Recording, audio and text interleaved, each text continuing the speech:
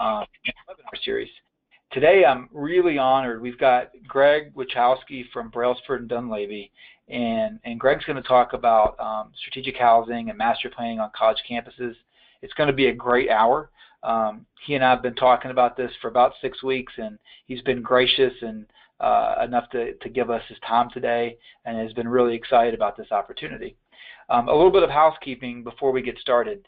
You'll notice on your screen that you have the opportunity, there's a chat function. And if you have any questions during the webinar, if you will type those into the chat function, then I can field all of the questions for Greg. And so he and I have worked out how to help with those. Also, if you have any kind of problem from a standpoint of being able to hear or anything like that, feel free to type a question in that chat box. I'm the only one that can see that for you, so it just comes to me. I don't think it'll be out there for everybody else, so feel free to use that. Greg, what I'm going to do now is turn it over to you, and just once again, thank you for being here with us today, and we'll go ahead and get started. Well, great. Thank you, Josh, and thank you, everybody, for allowing me to present this morning. Student housing is what we do every day, and we enjoy this product type. We enjoy the environment. We've been working historically over the years very closely with ACUHO and ACUHO, so it's always fun to be able to interact with you guys. So again, thank you to ACUHO, and thank you to Josh for facilitating this session, helping with technology and everything else. What I will do is I'll introduce myself in a second, give you guys a little more background. The title of this presentation is What You Need to Know, so I'm going to focus on what you truly need to know. I'm going to hit the major components of what a master plan, a true student housing master plan, should be all about. Obviously, as you can imagine, there's not enough time in an hour to cover everything in detail. As Josh mentioned, feel free to use the chat function for questions. If you want to use the phone connection for questions, feel free to do that. Interrupt me at any point in time, and we'll just get started. I'm actually a vice president here at B&D's Chicago office. Some of you guys may have worked with either myself or our firm over the years. We've been doing this for over 20 years. I've been here with the company for 15 years, dealing primarily with auxiliary services on college campuses, and obviously majority of that happens to be student housing. I've done master plans. I have done market studies, you know, depending on the need of each campus. I've done a lot of planning, financial feasibility analysis. Being a recovering architect, so to speak, I also had some experience, actually quite a bit of experience with implementation. So that's myself. What I'd like to talk today about is, first of all, why you need to do a master plan, or why you need to do planning for your housing system in the first place. I think that's very important. There's got to be some driver behind it. Then I'm going to focus on the 3 or 4 major components of a master plan. Number one, probably the most important one, is strategic. How do we fit into the overall mission of the institution with our housing program? Obviously, there's market reality. It's demographics, it's student preferences, it's the competition that we're facing either with peer institutions or off campus. So very critical, which leads into the financial feasibility. So I'll spend a little bit of time, and obviously, you know, with tougher times in higher education, student housing as auxiliary operation is actually in a favorable spot, because generally it supports itself either as a housing system or each project by itself, but nonetheless, there's an expectation that housing projects will perform very well, and maybe in some cases even support other initiatives on campus. I'll spend a little bit of time talking about physical planning, and that could be, I was just chatting with Josh before the presentation, that could take a lot of time. I'm going to hit on some major components of what's really important from the physical planning. There are master plans that can be done mostly through strategic market and financial analysis, before you engage the architect. So that could be a strategy for you to consider. Brief summary, I have a couple of bullet points for you guys to walk away with, and we'll switch over to you for Q&A. What I would suggest is just logistically, after each section, especially the major components, I'll pause for a second, and maybe at that point in time, Josh can send me your questions or read those questions out loud. All right. Josh, just want to make sure that everybody can hear me. Yeah, I think we're good so far. Okay, perfect. So why do we need to do planning, or why do we need to do master plan or feasibility study? There are various reasons, and I'm sure that some of you guys have already done that in the past. When you start doing a project with a developer, or even when you do this as an institution, the lenders are always interested in understanding the demand. So sort of the bottom line driver, although I have it on the very top, it's really the sort of the bottom line need generator, so to speak, is the underwriting requirement. We need to know if there's additional demand for student housing, period. So that's sort of, driven by the outsiders. In many, many cases, this is actually, the need is generated internally by the institution. So looking at the bottom of my chart, I think that the most rational sort of approach to do this is to start on the departmental level. We truly believe that each housing department or each auxiliary operation should have a strategic plan and should have a master plan and be able to implement it. So the need can be born, so to speak, on the very generic organic level within a housing department. It could be embedded within the institution. So, the president may want to know, okay, we have a housing program. We know that housing is a very important recruitment tool for us, or retention tool for students. How do we, what do we do next? Give me your plan. Give me your phasing strategy. Talk about the next steps. And then when you sell it to the board, you go a little higher. The board also wants to see a plan. The board wants to see a data. The board wants to see, some numbers behind the project. So the need for student housing can come from many, many directions. Depending on who's asking for planning or for a master plan or for a feasibility study, that can drive the scope of work, the scope of the effort. So whether you just look at the demand numbers, whether you focus on demand and financial feasibility, or whether you actually engage an architect into this process, it all depends on who's going to be reviewing the final deliverable, the final report, and I think that's really important because that also drives the cost of the effort pretty significantly. We also believe that it's very important to start the process with a very solid strategic analysis for two reasons. Number one is that you guys all work for institutions that are mission-driven, and as an auxiliary operation, sometimes not a pure auxiliary, but as an auxiliary operation in general, you are supporting the mission of the institution. So you have to fit in, and the best way to do it is to understand the mission and the values of the institution and fit into this. So there are a variety of ways to do this. We typically run what we call strategic asset analysis, which is basically a gap analysis between your targeted aspiration driven by the institutional mission and your current condition. And we identify the gaps in various categories, and then we move forward with it. And basically through the master plan, try to address the largest gaps. So we look at educational outcomes. We look at enrollment management, which is very intuitive. Campus community building, as well as financial performance. This also helps to sell the project, so to speak. So once you have the master plan and you're trying to get it endorsed by the Board of Trustees or the Board of Regents, or the senior administration on campus. Having a solid strategic background is really important and helps you advance your ideas.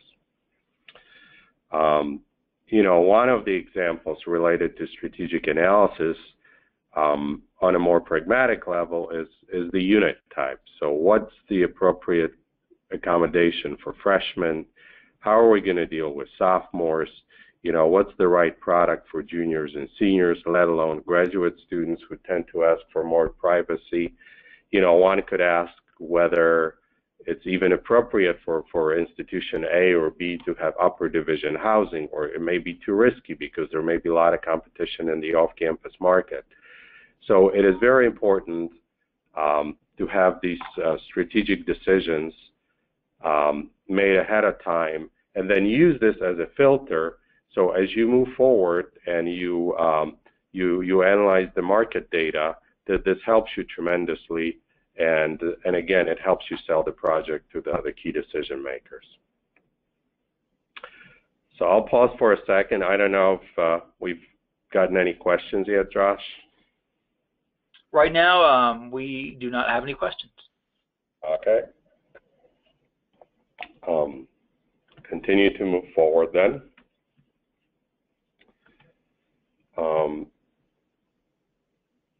Having a bit of a technical difficulty, although I think we've solved it. So I'll start by talking a little bit about the market analysis, because it's, ultimately we want to know what the demand is. There are many drivers of that demand. So a very important piece is demographic analysis. And if you look at this map, these are projections through really next year and 2017. So just looking a couple of years ahead.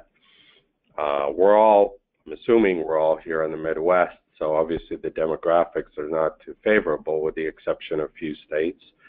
And there's a lot of good data if you look at where students are coming from, how far from an institution, from the campus their primary residences are.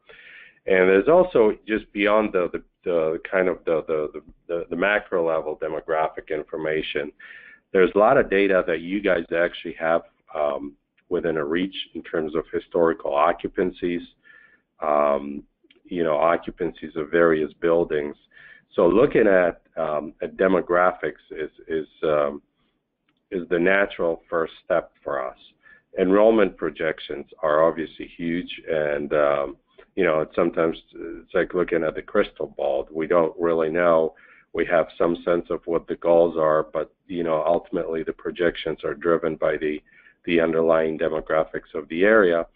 But also, sometimes they're driven by recruitment plans, and more schools, especially here in the Midwest, tend to go out of state. So in that context, housing becomes very, very important. So demographics is the main driver. Enrollment is the main driver as we know it. And looking at this is sort of the natural first step for us when we go through a master plan. Obviously, understanding students, where they're coming from, what their preferences are, is critical as well. A couple of ways to do it. There's qualitative research and quantitative research that goes into master planning. When we do a master plan, we like to come on campus and spend a couple of days talking to students in focus groups. We learn a lot about their housing preferences, but we also learn a lot about the institution, about the school culture, who tends to live on campus and for how long, who tends to move off campus. There are a lot of schools that have very strong freshman residential culture, or freshman and sophomore, then the upper division students tend to move off campus. It becomes sort of a rite of passage. So these things are more cultural than anything else, and it's really good to have a number of conversations with students. And then it helps us to focus on some of the more quantitative tools, one of them being the student survey. But let me, before we get to the student survey, let me talk a little bit about the off-campus, because Many of you guys may be actually in charge of tracking some of the numbers in the off-campus market because this is your primary competition. In absence of live-on requirements, it's all up for grabs. You're often competing for freshmen and upper division students. Certainly upper division students, freshman housing is generally popular because of safety, security, and all other things. And as you guys know, for freshmen, parents are the ones who make the decisions about housing. So it's a slightly different ballgame, so to speak. But when it comes to upper division students, we really need to know what's happening in the off-campus market in terms of the quality of the product, location, and pricing. Just sort of another example of how we look at this, we tend to look at clusters and pricing within clusters, and we try to look at different unit types and pricing by unit, pricing by bed, to make sure that we compare this as much as we can, and apples to apples, to institutional housing. I will make one point here is that,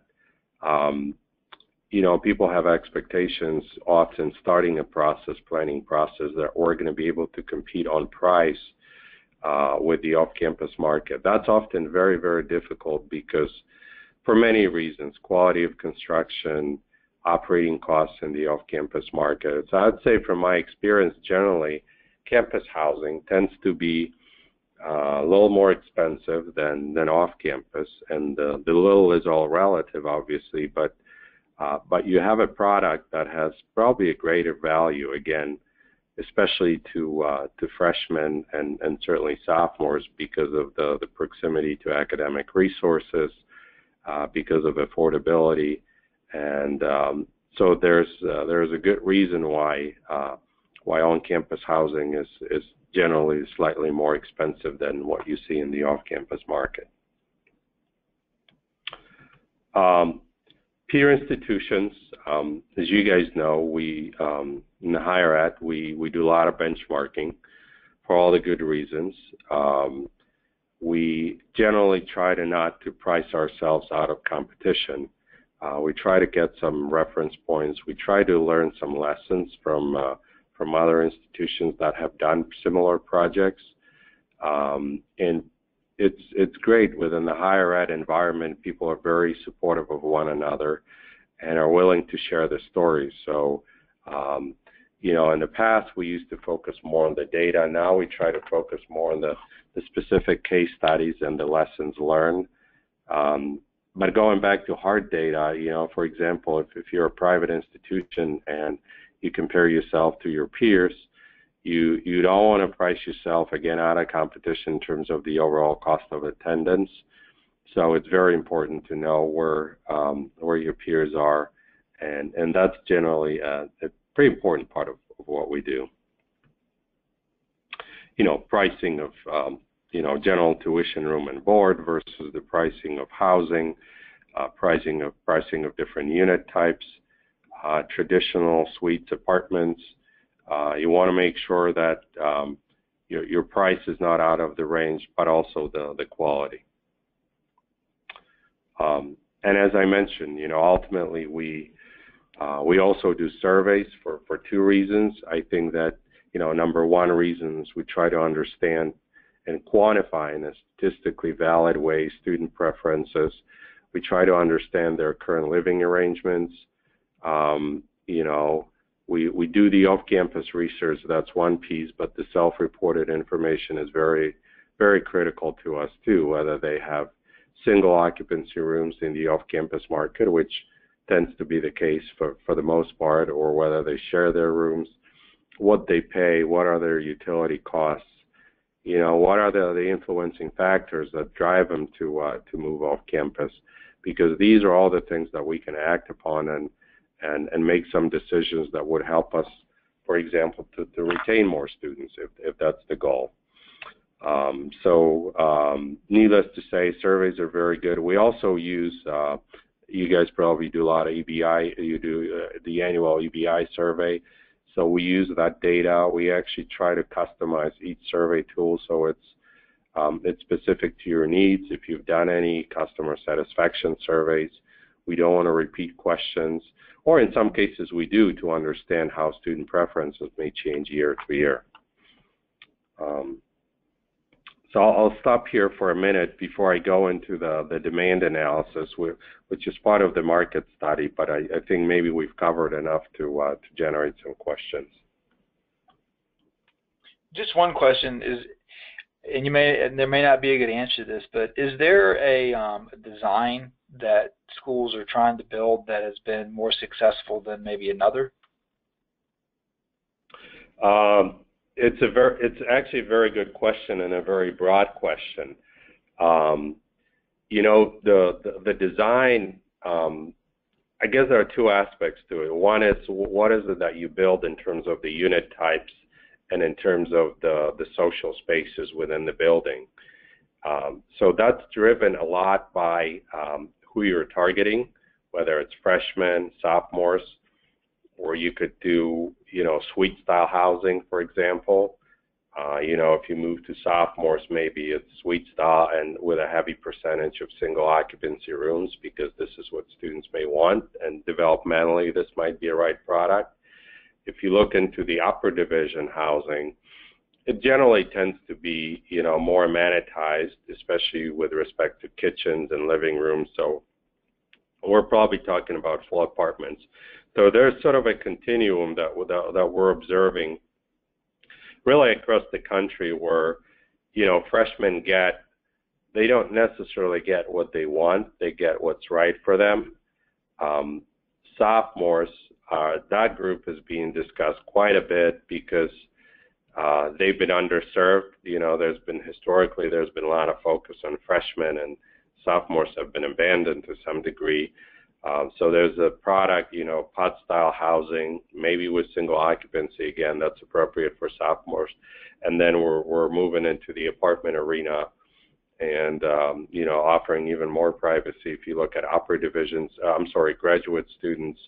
And then family housing is another line of business, which a lot of schools are starting to come back. We've seen a lot of schools getting out of that business now. We see some schools like Iowa, for example, building new family housing. So, and some schools on the West Coast are doing the same thing. So that's one piece. So it's really driven by demand. I don't think there's a single unit type that's really efficient and appropriate for everybody. On the other hand, we have construction methodology for those of you who are more interested in design and construction.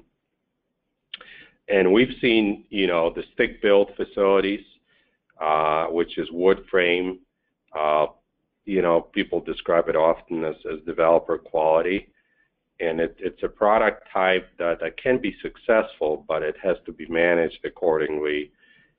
Because it's residential quality, it's not, you know, these are 30, 40-year buildings. They're not going to last much. They can last much longer, but they have to be maintained. But they can be built relatively inexpensively, and that's been the great stimulus behind the usage of that particular construction methodology in student housing in general. We also have, you know, typical institutional quality concrete and steel buildings going up. Depending on the affordability, depending on the price points, in many cases also depending on the campus architectural standards. There are a lot of campuses that would not allow to have stick-built buildings on their campus because of, you know, the perceived low quality. So we've seen a whole range. And, you know, design aesthetics is sort of the third element, which you know, obviously some campuses tend to be more traditional and some campuses tend to be more modern, and it's very appropriate. So I would say that, you know, there's no easy answer to this question, but you can look at this from the unit type sort of programmatically. You can look at this from the construction methodology type.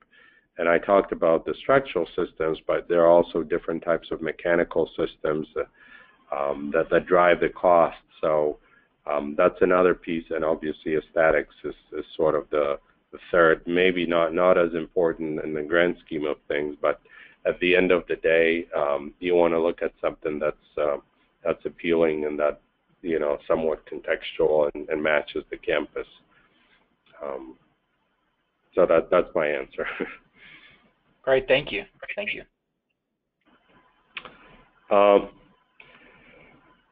So one of the most important pieces of every planning effort is to understand the demand. The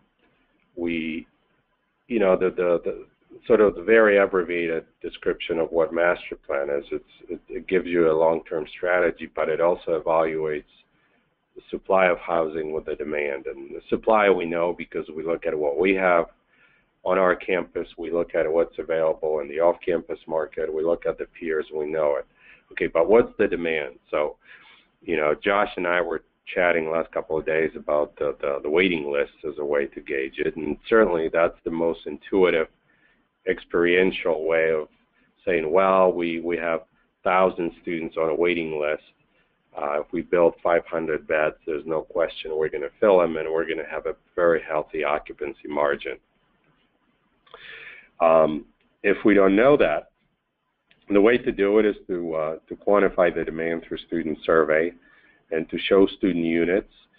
But from my perspective, the most successful demand analysis is always done when you reconcile the value, which is the unit, the building, the location, with the cost. So these are just some sample units that we've tested. They're not specific to any campus. But what I'm trying to demonstrate here is that we have to show students what they get, but we also have to show them the price points. We have to show them what they will pay. That way they can make the rational decision and respond to the survey questions. And obviously we filter the demand, so we don't just take whatever they tell us and apply some arbitrary discount factors. For instance, here you can look at how we slice target markets. We look at renters, which is our natural target market, and obviously look at full-time students, single without children, if this is truly the product that we're trying to build. We look at their class status. We look at whether they rent off campus and what type of housing they rent. And one important factor is what we call the affordability threshold. So if a student who lives off campus, let's say he or she pays $300 a month for housing, we present that person with a unit that's going to cost $600, because sometimes that happens.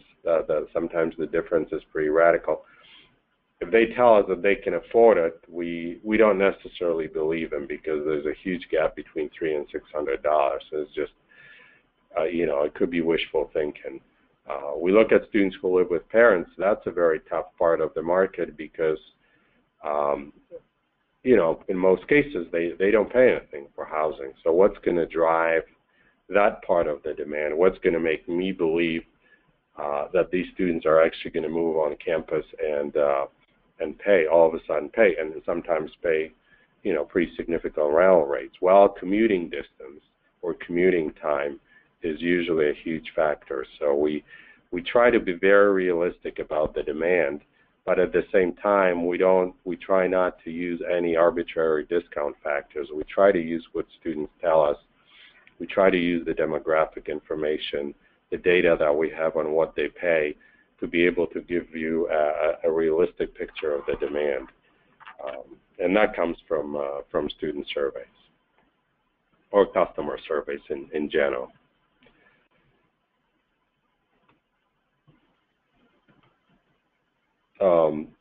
At the end of a study, of a demand study, that's part of a master plan, we can quantify the demand.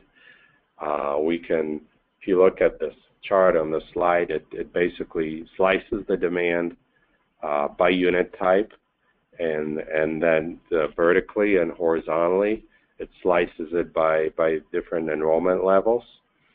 And you can look at the total demand. You can then, count your beds on campus. You can reconcile the demand with supply, and you can see where the differences are. The good thing about doing a master plan versus a market study, because market study tends to look at a very specific project. Can I build additional 350 beds or so? Will I capture students who currently live off campus to come and live in my new project? When you take a master planning approach, you tend to test more unit types and you tend to learn more lessons in terms of, okay, it's not just the new project, but how can I improve my existing housing system? You know, how can I improve what can I do with my traditional units? Where's the demand? Should I just de-densify and convert them to singles? Or should I maybe try to convert them to suite-style housing, spend a little bit more money? I think these are all good questions that come up, and a master planning approach can really help you with the answers to those. So that's as far as the market analysis. I'd like to switch gears now to financial feasibility of the projects, which I'm sure a lot of you guys are interested in. But before we go there, I'd like to pause for a second and see if there are any questions, additional questions. There's going to be a question. I think it's going to be best after this part, based off the nature of it. Okay. All right. So you know, you get the picture of the demand, you get the picture of the market, you know that you need to build additional, let's say, 500 beds. How do you define the feasibility of the project? Well, one way to do this is to test it through a financial model. There are three components to it, and from my experience, when people actually implement projects, they only look at program and the budget and the capital budget. But the triangle that you see in front of you has the third piece to it, which is the operating pro forma.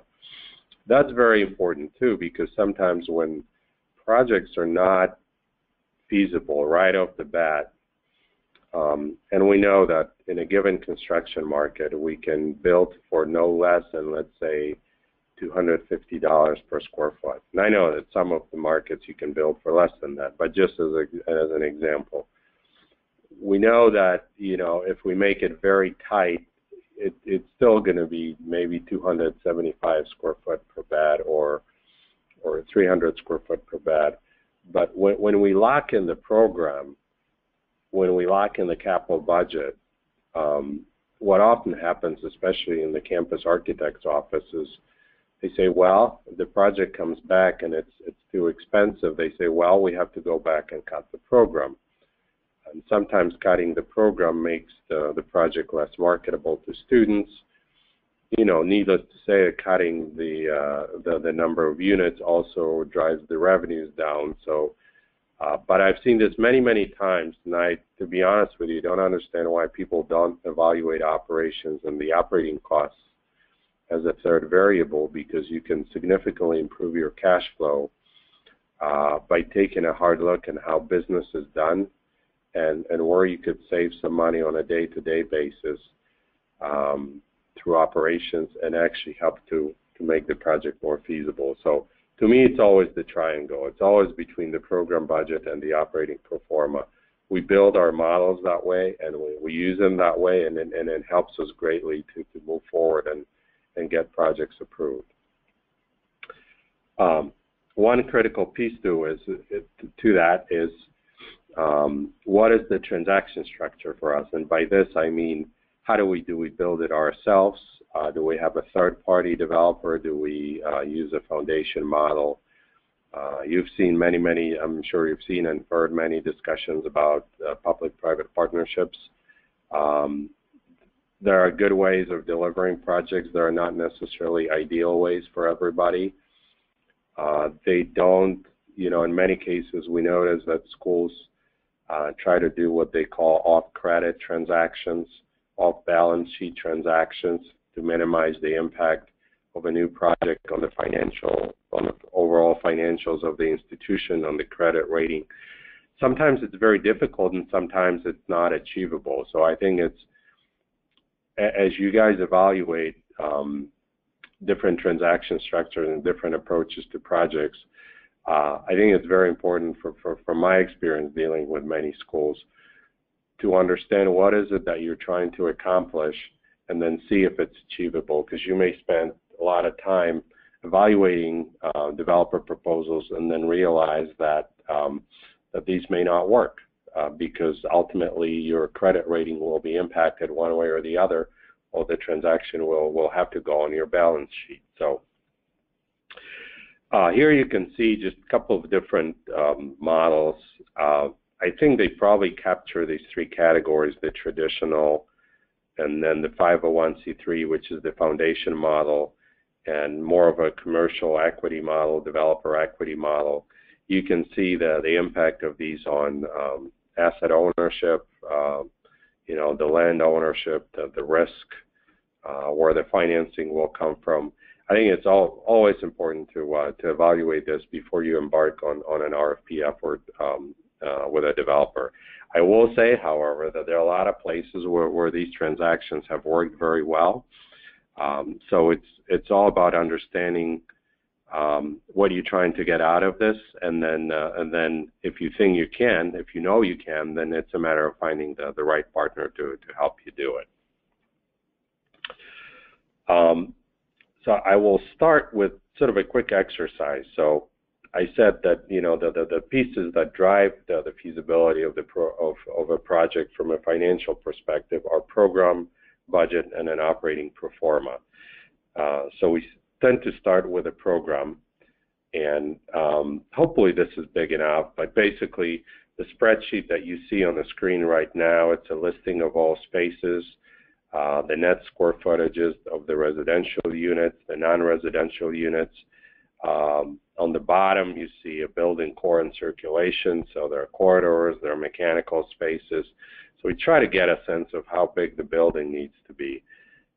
The most important piece in this is the residential units, because that's the bulk of the program. So every time you save 5 square feet on a per unit basis, you multiply it times the number of units, and it makes a pretty significant impact on the overall square footage of the building. The efficiency of the building is very important too. Do you want to be generous in terms of circulation? Do you want to include sort of found spaces, as architects describe them? The more fluff, so to speak, you want to have in the program, the less efficient it is, and sometimes it may pose as challenges in terms of the feasibility. So I'm a big proponent of developing the full package, meaning the program and the budget and the pro forma, understanding what is it that we can afford, and then dealing with a design team, because I think it's much more efficient if they have a very clear set of guidelines in terms of what's achievable and what's feasible. You're going to hear about this ratio on the very bottom, the gross square footage per bed. That's the total square footage of the building divided by the number of beds, and that's one of the matrices that we use in evaluating projects.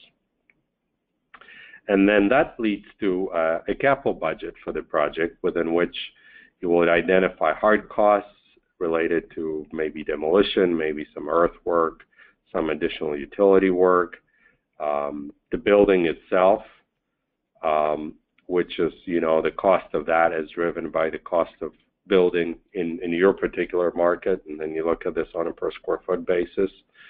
And then all sorts of soft fees to the bottom, architectural fees, testing, permits, FF&E is very important.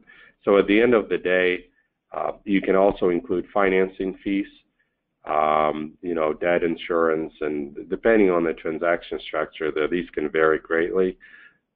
From my experience, there are a lot of campuses where the CFO would deal with us on a campus-wide basis and would not overburden individual projects with financing fees, which is very helpful. At the end of the day, you end up with a cost per bed. By the way, this project, $37,000, is unheard of these days, but there are still some places in the country where you can build relatively inexpensively. So that's the sort of the feasibility equation here. And project cost, that's a very important thing to remember, especially when you communicate with your contractor and your design professionals. It's always the quantity times quality. So quantity is the square footage, quality is the cost per square foot, and that ultimately produces the overall project cost. Operating pro formas obviously are very important. That's the third piece. you know, in my triangle or my three-legged stool. It can be done on a standalone basis. It can be done on a system-wide basis.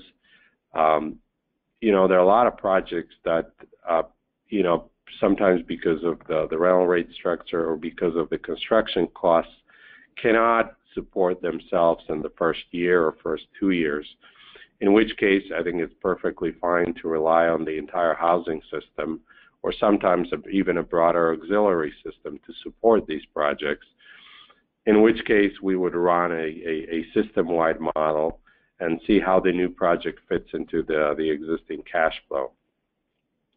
When you pursue a public-private partnership,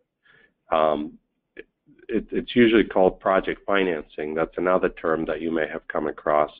And what that means is that the project will have to support itself. So it cannot be tied. You cannot really take the entire housing system and use it to subsidize the project. The project has to be what we call a standalone financial operation. So ultimately, financial performance is what's being evaluated by your CFO or by the lenders who work with the institution or the lenders who work with the developer if you're doing a developer project. So a very important piece in the whole master plan. Just a couple of other things that kind of drive the financial feasibility. Your unit selection is very important. Obviously, the more spacious the unit is, the more square footage it has, and the larger the project is. So if you look at the traditional style to the left and suite style, you can build them very tightly, so to speak. Suites can be built at the gross square footage of 275 to 300 per bed. If you go into the apartment category, if you look at this very traditional 4-bedroom, 2-bath unit, that's somewhere between 350 and 375. And if you look at grad housing, it's much more, because grad students tend to, they're okay with one roommate, but I think by the time you increase the density to more than that, you're really impacting your demand. So that's why you hear a lot from consultants and from architects that graduate housing is less feasible. It's more difficult to pull off. It's the main driver is the square footage per bed, which is much higher. You know, again, driven by the desire for privacy. You know, building efficiency, obviously the gross square footage per bed. The other piece is, you know, what do you really put into the building in addition to the residential units? So, you know, study lounges, TV rooms, music practice rooms, game rooms. You know, buildings tend to be very rich programmatically. They often have classrooms and office space.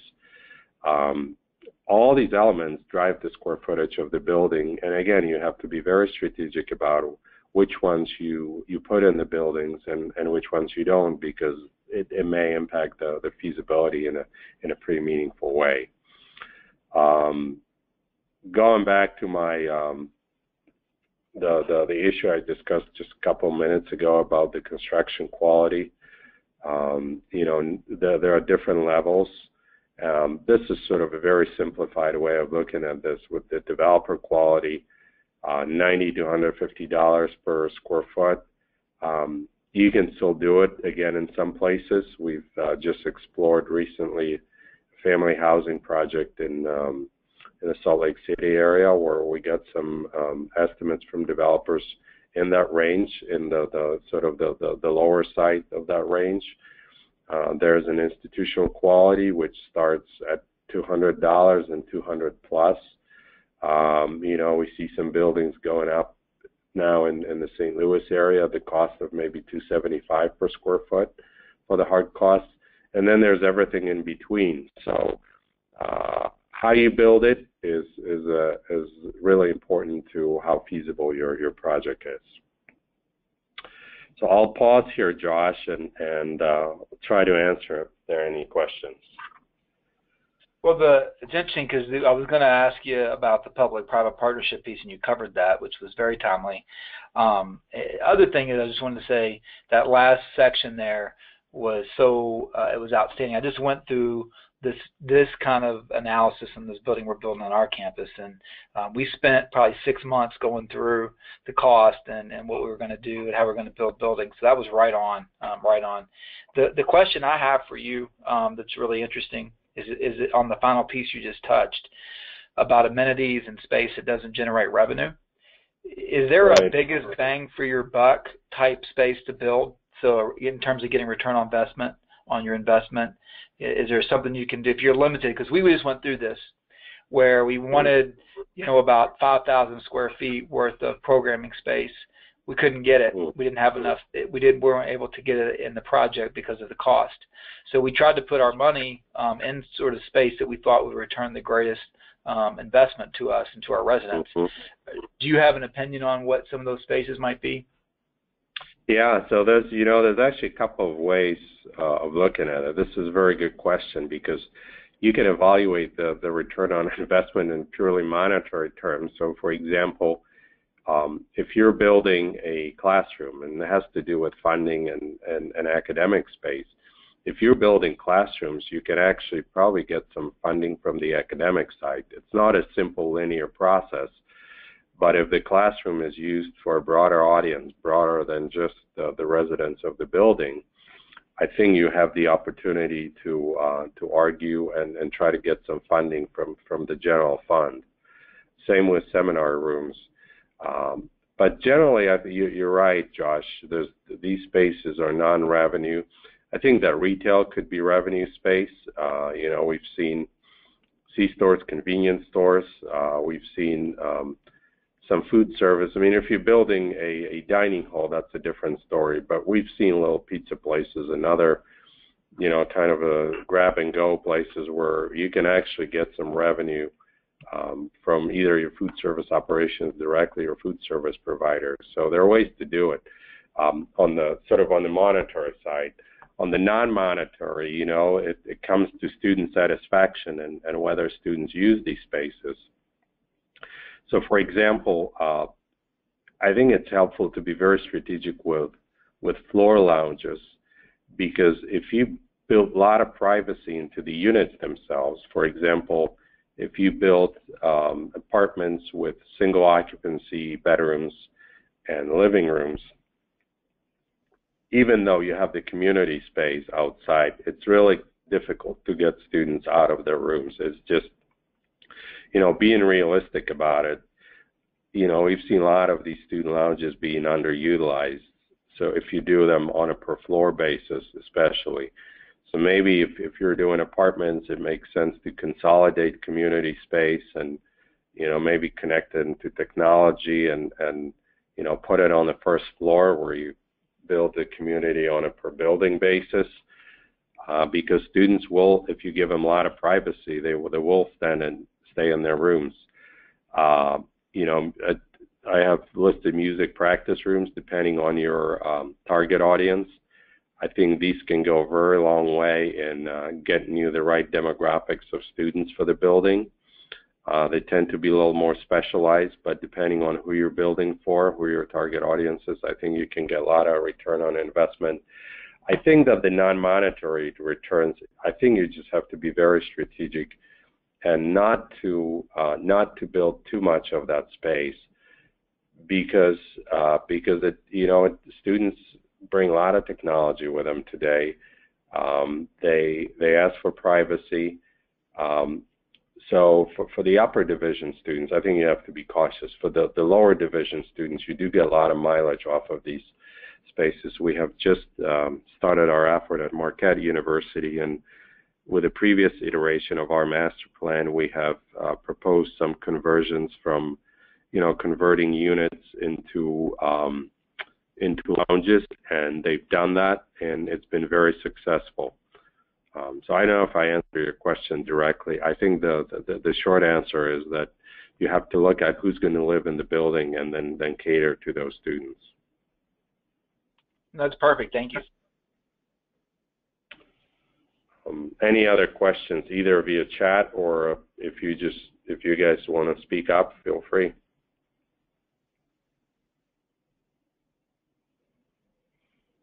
Nothing. Okay, I know we're starting to run out of time, so I want to touch upon a couple of issues. To me, when it comes to the sort of the architectural piece, I know I didn't spend a lot of time on it, but it is critical. Construction and ultimately design of the building. One of the most important deliverables for me is for a full master plan is a phasing plan, and this I don't know if we have any SLU people, but we've done on the phone, but we've done a master plan for SLU, which is being implemented now. I like to offer our clients a phasing plan, a long-term strategy that looks at every single building, maybe not every single building, but every building that's included in the master plan, looks at the design schedule, looks at the construction schedule. You always want to make sure that as you go through this, you have sufficient number of beds available at any given point of time. So that has to do with phasing and probably building your additional beds or new beds first before you close some other beds for renovations. And you also want to have a pro forma. You guys may remember a few slides ago I showed you an operating pro forma. You need a pro forma that goes and tracks each phase to make sure that as you go through this, your cash flow is sufficient and you can support the operation. So that's a very important piece. And then this is a look at the SLU campus, where I think it visually makes sense to understand, what buildings are you impacting, what parts of campus you're impacting, and what sites. So one of the things that we often do, we don't really design these buildings as planners, but either ourselves or utilizing architectural sub-consultants, we do site capacity testing. I think it's very important when you talk to the campus architect to understand, okay, I have a demand for additional 500 beds, but do I have sites for this? Are there any sites identified in the master plan? And if so, can I fit the program that I want on my site? It also helps you to secure the sites for future development. There are a lot of campuses that have framework plans. They don't have very specific master plans. And I think that by doing a master plan, you can position yourself to be able to get sites for future projects, because you may have other university departments vying for these sites, and it's important to have a document in hand that identifies what you're trying to do, and it actually shows that your projects are feasible and can move forward. So that's that. Again, before we go into questions, I wanted to leave you guys with few important things. I talked about the key drivers behind doing a planning effort, either a master plan or a feasibility study. These are very important. They dictate what's included in the scope of work and ultimately how long the process takes. Because if you're doing a legitimate master plan, it takes maybe between 6 to 12 months. The consensus building piece is always the most difficult one to predict because we don't know how much support we're going to get for the project. The major components are generally strategic, and I would underline strategic. This is how you sell your project, and this is how you fit into broader mission of the institution. And then market, financial, and architectural. Market demand is great, but we always have to make sure that the projects are financially feasible. We've seen a lot of master plans that are just pretty drawings of buildings and where buildings could be located with nice landscape plans, but they can't be built unless we know that we can pay for them. So that's a big part of the master plan. Phasing strategy is very important. It proves that your project is implementable, and it gives you a very good implementation tool as you move forward with design and construction. And, we tend to spend a lot of time talking about new projects that are just more attractive. It's new construction. We can imagine a lot of things. But renovations are also important, too. There are a lot of housing systems, and you guys may be working at those, where where you have a lot of old beds and you're never going to be able, or in the foreseeable future, you're not going to be able to replace them all. So I think being very strategic about renovations can take you pretty far along. And then the shelf life of a master plan, you know, we do them with the idea that they're good for 10 years to sometimes even 15 years.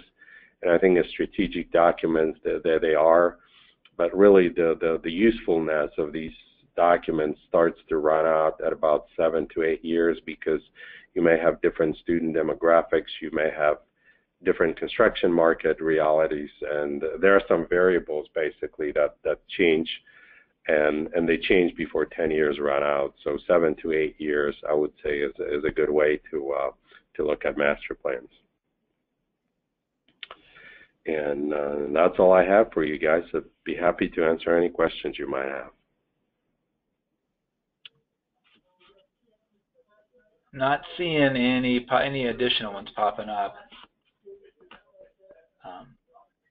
I'm looking for hands raised. I don't see any additional questions, Greg. Okay. Well, one thing I want. Oh yeah, go on. Sorry. No, go ahead. Oh, I just wanted to say thank you to you, and this was outstanding. I think I'm sure there's folks on the line that are doing the same thing I'm doing, but all of what you just presented has kind of been my life here at IUPUI for the past couple of years in trying to analyze our market and analyze our program and try to build. And so this was extremely valuable. And I know if there's people on the line that are interested in being a part of a housing program and projects where you're going to build new buildings and make that case, all the things you talked about today are so critical to understand and to be a part of if you're going to make the case to build housing or to improve what you have. So I just want to thank you and just kind of reiterate how appreciative I am and how important and relevant this presentation was today. Well, thank you, Josh, and thank you, everybody, for your time this morning. I'm sure we're going to make the material available through ACUHO, the slideshow. If you have any questions, feel free to reach out to me. Again, I work out of our Chicago office.